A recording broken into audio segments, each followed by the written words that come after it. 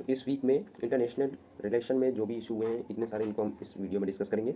SCO की foreign minister meet क्या है, न्यू क्वाड ग्रुप बना है वो क्या है, क्यूबा इकोनॉमिक क्राइसिस क्या है, इंडिया रशिया 2+2 मीटिंग क्या है, ठीक है, सभी को एक एक करके हम डिस्कस करेंगे। तो चलिए स्टार्ट करते हैं बिना टाइम वेस्ट करते हुए। तो ये देखिए पहला इशू स्टार्ट करते हैं इंडिया।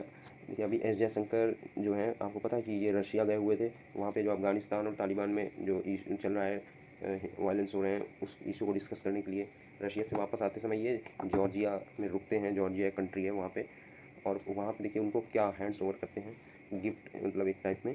जो एक्चुअली वहाँ की जो क्वीन थी ना, वहाँ की सेंट जो किटवन क्वीन थी, उनके कुछ अवशेष बचे थे। एक्चुअली इनकी हत्या कर दी गई थी। ये क्रिश्चियन थी, इनको इस्लाम कबूल करवाने के लिए तो इन्होंने मना कर दिया था अपना रिलीजन चेंज करने के, उसकी वजह से। तो जब पुर्तगाल जो आए थे, जब भारत में आए थे पुर्तगाली, तो वो लोग जो है कुछ अवशेष अपने साथ लेके आए थे, तो वही गोवा में थे।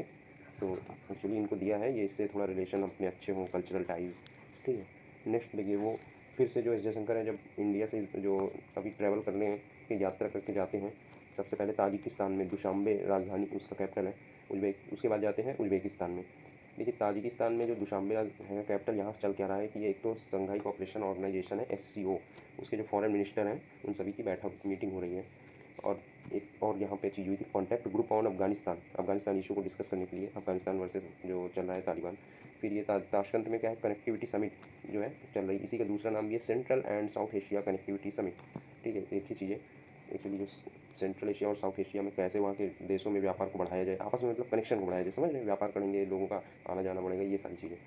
तो देखिए पहले शंघाई कोऑपरेशन ऑर्गेनाइजेशन है क्या, 1996 में एक शंघाई 5 ग्रुप के नाम से बना था, ठीक है। 5 कंट्री ने मिलकर इसको बनाया था। फिर 2001 में यही जो ग्रुप है एससीओ, इसका एस्टेब्लिशमेंट होता है, इसका नाम चेंज होकर के। और ये 5 कंट्री जो थी, ये तो थी ही, एक और उज्बेकिस्तान जो है इसमें शामिल हो गया था। तो 6 लोगों ने मिलकर बनाया, 6 कंट्री ने। 2003 से अपना काम करना स्टार्ट करता है। रशिया में जो समिट हुई थी सेंट पीटर्सबर्ग में, वहाँ से 2017 में 2 और मेंबर शामिल हो जाते हैं इसमें, इंडिया एंड पाकिस्तान। तो अब टोटल हो गए कितने, 8 मेंबर हो गए। तो अभी जो मीटिंग में देखिए हुआ क्या है कि अभी 20 साल पूरे हो गए ना, 2001 में इस्टेब्लिश हुई थी, स्थापना हुई थी, तो 2021 में हो गए 20 साल पूरे। तो उसी की एनिवर्सरी है। तो एनिवर्सरी जो एक्चुअल में होनी है, वो तो पीएम और प्रेसिडेंट वहाँ पे पार्टिसिपेट करेंगे नवंबर में। लेकिन अभी क्या है, कोई कि उस नवंबर वाली मीटिंग में क्या डिस्कस करना है, ये अभी फॉरेन मिनिस्टर जो है पहले से डिस्कस कर लेंगे। उसका मतलब एक मोटा मोटा बना लेंगे एक ड्राफ्ट कि आगे क्या इशू डिस्कस करने हैं नवंबर में जो होगी 2021 में मीटिंग होगी। एक तो ये चीज़ हुई। एक हुआ जो, सॉरी ये थोड़ा मिस्टेक है, सीओ नहीं एससीओ है ये।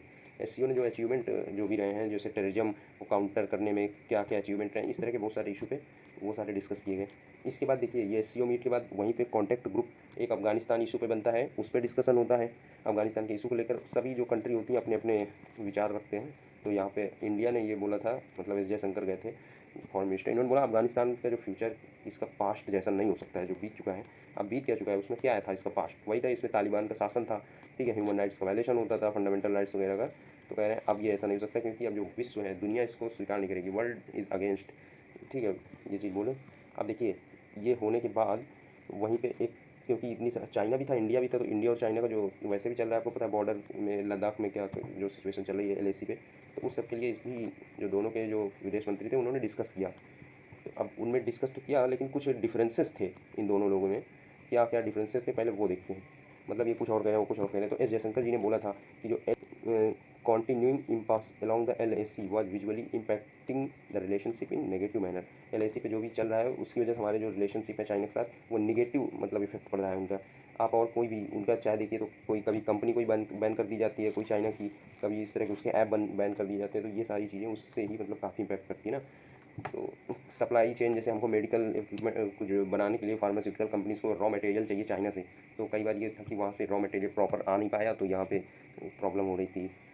तो ये सारी चीज़ें उसी की वजह से, अगर वो सॉल्व रहेगा तो आगे ये सारी कोई प्रॉब्लम नहीं आएगी ट्रेड वगैरह में। तो ये चीज़ बोल रहे थे, एमईए ने ऐसा बोला था। और ये भी बोला कि जो चाइना ने जो 1993 और 1996 में जो एग्रीमेंट्स हुए थे उनको फॉलो नहीं किया है, ठीक है।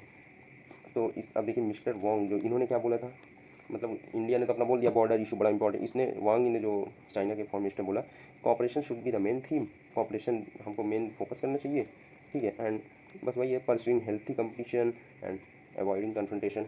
लेकिन इसमें इन्होंने ये सारी चीज़ का नाम ही नहीं लिया, एलएसी में क्या चल रहा है और 1993 एग्रीमेंट क्या है जो एस जयशंकर जी ने बोला, तो इसको इग्नोर कर दिया, ये चीज़ बोल रहे थे। और देखिए फिर उसके बाद एक और स्टेटमेंट देखिए यहाँ पे मिस्टर वांग का, इन्होंने ये भी बोला responsibility does not lie with the Chinese side for the LAC crisis. अब लो, ये तो डायरेक्ट मतलब अपने आप को बाहर कर लीजिए कि हमें कोई मतलब नहीं वहाँ जो भी होगा। नेक्स्ट जो स्टेटमेंट देखिए क्या है, इन्होंने बोला था एस जयशंकर जी ने कि LAC में आपको पता है ना पिछले साल जो झड़प हुई थी गलवान वैली में, उसके बाद वहाँ पे जो क्या बोलते हैं पैंगोंगसो लेक है, वहाँ के चारों तरफ क्या था, जो सैनिक थे उनको हटवा लिया गया था अभी फरवरी 2021 में, डिसंगेजमेंट कराया गया था, ठीक है। लेकिन बाकी जो वहाँ पे और भी जैसे डेप्सांग हो गया, डेमचोक, गोगरा और हॉट स्प्रिंग, ये जो एरिया है, ये जो पॉइंट्स हैं, यहाँ पे अभी भी वैसे ही फोर्सेस आपस मतलब एक दूसरे की तरफ लगी हुई हैं, यहाँ पे अभी कमी नहीं हुई है। तो मिस्टर जयशंकर जी ने बोला था कि ये जो है प्रॉब्लम है, हमें इसको सॉल्व करना चाहिए।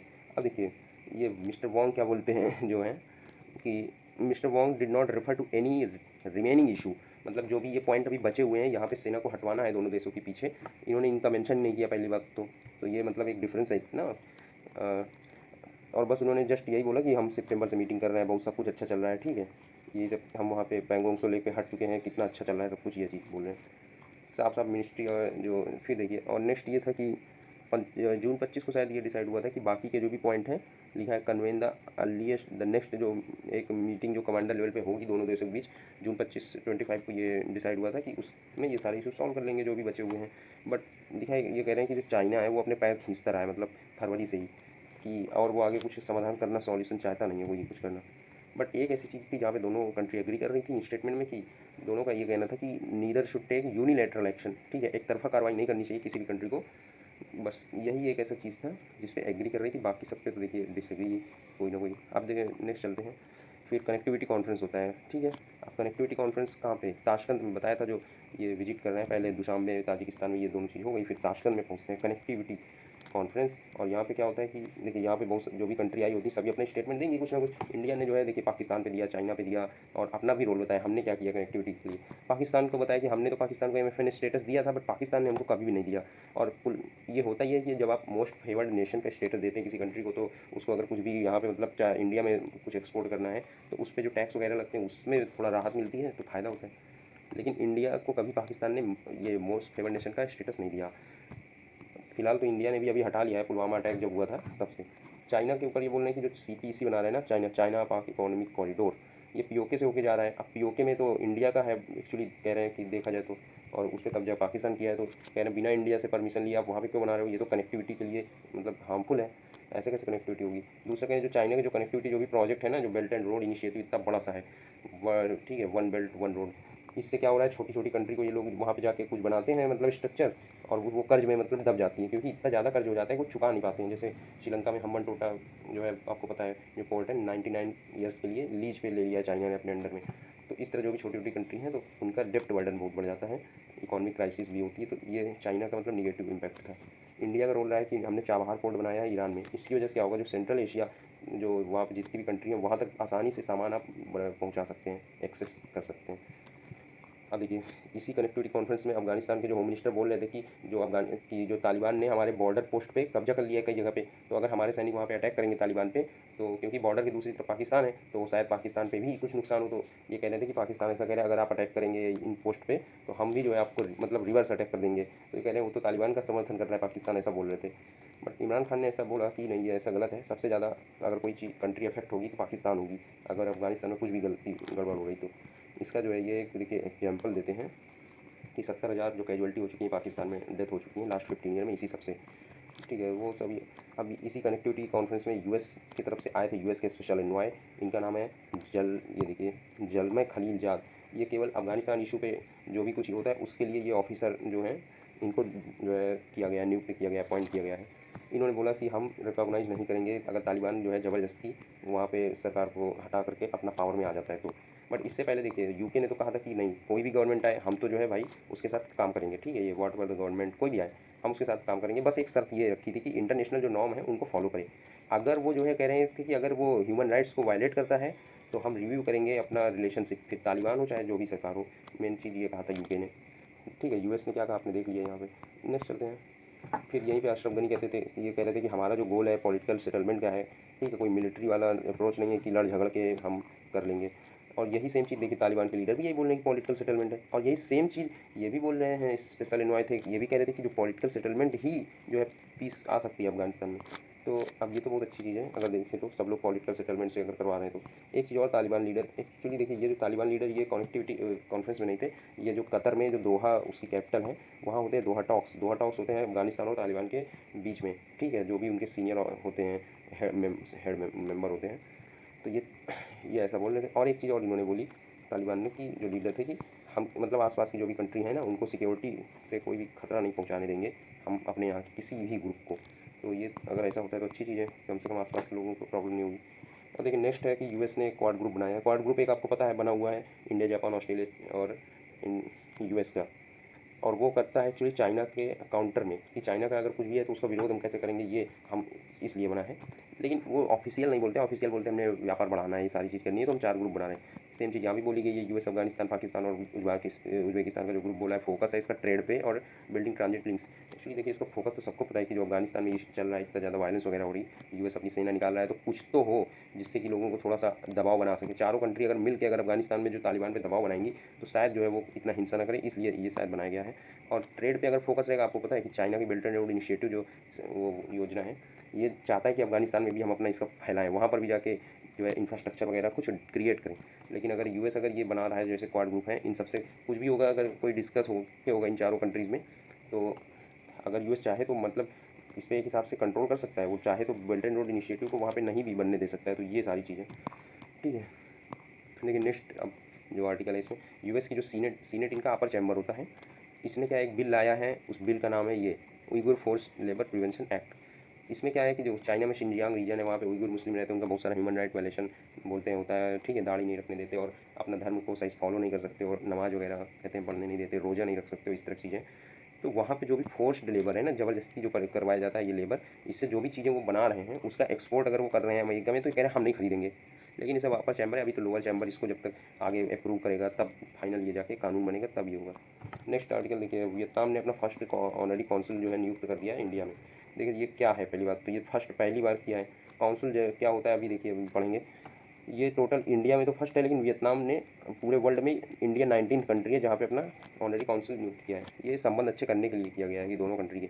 अब देखिए पहले यहाँ जानते हैं कि किसको बनाया है ऑनरी काउंसिल। एक ऑफिसर है, और ये जो ऑफिस वहाँ बनाया है इंडिया में उसको कहते हैं कॉन्सुलेट। NS श्रीनिवास मूर्ति ये हैं। देखिए पहले थोड़ा सा इसमें डिफरेंस जान लेते हैं। एम्बेसी आप कभी नाम सुने होंगे, और कॉन्सुलेट में डिफरेंस होता क्या है कि देखिए, कॉन्सुलेट होता है और एम्बेसी एक्चुअली होता है, अगर जैसे इंडिया की एम्बेसी है यूएस में, तो वो पहली बात तो वहाँ गवर्नमेंट टू गवर्नमेंट कॉन्टैक्ट के लिए होता है। अगर हमको कोई मैसेज फॉरवर्ड करना है, ठीक है, वहाँ गवर्नमेंट को, तो वहाँ पे जो अफसर होते हैं उनको एम्बेसडर बोलते हैं। तो ये इसलिए होता है, और ये सिर्फ ऑल ओवर एक ही होता है। अगर इंडिया का है यूएस में, तो यूएस में एक ही होगा, नेशनल कैपिटल में होता है, लिखा है ना, राजधानी में होता है। बट जो कॉन्सुलेट होता है, ये एक्चुअली क्या होता है कि जो इंडियंस रह रहे हैं ना अमेरिका में, उनके लिए पासपोर्ट, वीज़ा, मैरिज रिकॉर्ड्स, इन सब की जो प्रॉब्लम है इसके लिए होता है। और ये एक ही नहीं, ये कई सारी वहाँ के सिटीज़ में हो सकता है, ठीक है, मेट्रो सिटीज़ में या और छोटी छोटी अलग अलग जगह पे हो सकता है, ठीक है। और इसका जो ऑफिसर होता है यहाँ पे कॉन्सुल जनरल उसको बोलते हैं। तो बस वियतनाम ने ये किया है, ठीक है। नेक्स्ट चलते हैं। देखिए एथियोपिया में अभी पता है कि आपको वायलेंस चल रही थी, लेकिन वहाँ पे अभी अहमद जो है प्राइम मिनिस्टर फिर से इलेक्ट हो गए हैं। और वहीं पे टिग्रे रीजन में जो है चल रहा था हिंसा, टिग्रे रीजन में ही गवर्नमेंट और विपक्ष के बीच में, यहाँ पे वोटिंग हो नहीं पाई टिग्रे रीजन में। इसके बावजूद भी 410 सीटें दिखाई जीत गए हैं, 436 में बहुमत का आंकड़ा। नेक्स्ट देखिए, पोलैंड में तो जुडिशियल रिफॉर्म आ रहे हैं, उसकी वजह से क्या होगा कि जुडिशरी की पावर कम कर दी जाएगी थोड़ी बहुत, उसी का बस ये इतना विरोध चल रहा है। और EU की जो कोर्ट है उसने बोला है कि ये इलीगल है रिफॉर्म्स। अब रिफॉर्म्स क्या है वो अभी तो ज़्यादा डिटेल में नहीं जाएंगे, बट मोटा मोटा इतना बता देंगे। EU उसका विरोध कर रहा है कुल मिला के, जो यूरोपियन यूनियन है। नेक्स्ट देखिए, यूएस सिटी एक्चुअली देखिए, US city removes confederate statue. Confederate statue क्या होते हैं? ऐसे लोगों के स्टेचू जिन्होंने इतिहास में रेसिज्म को बढ़ावा दिया, उनके जो है चौराहों पर उनकी मूर्ति लगाना, किसी ऑफिस में बड़े से लगाना। इससे होता है कि लोग होते हैं गुस्सा, जिनके रेसिज्म का जो शिकार रह चुके हैं, तो वही आंदोलन करते हैं, तो उसी की वजह से ये हटवाना पड़ा है, बस इतना चीज़ है। अब नेक्स्ट है देखिए, क्यूबन में क्या क्या हो रहा है कि क्यूबन में देखिए इतना सारा गवर्नमेंट के अगेंस्ट प्रोटेस्ट हो रहा है, वहाँ की इकॉनमी बुरी हालत में चली गई है कोरोना की वजह से। और वैसे भी एक्चुअली क्यूबा जो था ये सोवियत रूस का पार्ट हुआ करता था, सोवियत संघ का। 1991 में जब ये अलग हुआ, या जब ये टूटा, ठीक है, सोवियत यूनियन, तो रूस अलग हो गया, तो ये भी कंट्री जो है अपना अलग हो गया। तो इस फिर हुआ था कि इसमें ये हुआ था कि ये 1960 से एक इस पर यूएस ने एक वो लगाया हुआ है, ट्रेड एम्बार्गो, ठीक है। ये होता है कि प्रतिबंध लगा देते हैं, आप अगर यूएस की कोई कंपनी है तो उनके साथ व्यापार नहीं कर पाएगी कई की इस सारी चीज़ों से, तो वहाँ की इकॉनमी गिरेगी भाई, अगर व्यापार नहीं होगा आसपास के देशों से। तो इसकी ये भी एक रीज़न है। और गवर्नमेंट ये कह रही है कि अब इसके बाद देखिए बिडेन का ये स्टेटमेंट आया था कि जो क्यूबा गवर्नमेंट उन लोगों के ऊपर जो अत्याचार करवा रही है, जो आंदोलनकारी हैं, कह रहा है ये गलत है, हम we stand with Cuban people, हम जो है क्यूबा के लोगों का समर्थन करते हैं, ये सारी चीज़ बोल रहे हैं। बट देखिए एक्चुअली क्यूबा गवर्नमेंट ने क्या है ना कि यूएस को ही जो है बोल दिया है, उनको ही दोष लगा दिया है कि वहाँ पे जो एंटी गवर्नमेंट प्रोटेस्ट हो रहे हैं, वहाँ जो सोशल मीडिया साइट्स वगैरह हैं, उन सभी पे यूएस के ही ज़्यादा करके सिटीजन्स हैं जो यूएस के हैं, क्यूबा में रह रहे हैं। ठीक है, अब देखिए इसके लिए रशिया और मैक्सिको ने क्या, देखिए जो बिडेन ने स्टेटमेंट दिया था ना, ये वी सब ये वाला कि we stand with Cuban people, इसको रशिया इस कॉन्टेक्स्ट में देख रहा कह रहा है रशिया और मैक्सिको की आउटसाइड इंटरफेरेंस हम बर्दाश्त नहीं करेंगे क्यूबा में। आउटसाइड इंटरफेरेंस मतलब यही जो यूएस बाहर से कर रहा है, और ये लोग भी यही कह रहे हैं कि जो आपने प्रतिबंध लगा रखे हैं, मैक्सिको के प्रेसिडेंट कह रहे हैं जो प्रतिबंध लगा रखे हैं पहले आप उनको हटाइए, यूएस को कह रहे हैं। आप बिडेन जो सपोर्ट कर रहे हैं कह रहे हैं वो सब तो ठीक है, लेकिन आप पहले ये हटाइए जो प्रतिबंध आपने लगाए, ठीक है, जिनकी वजह से सबसे ज़्यादा नुकसान हो रहा है उसके ऊपर। चलिए नेक्स्ट चलते हैं। नेक्स्ट है देखिए इंडिया रशिया ने ये मतलब कंफर्म हो गया है कि अभी 2+2 मिनिस्ट्रियल लेवल मीटिंग होगी इनके बीच में भी कभी आगे जब भी स्टार्ट होगी। 2+2 मिनिस्ट्रियल मीटिंग जो है अभी इंडिया करता है सिर्फ यूएस, जापान और ऑस्ट्रेलिया के साथ।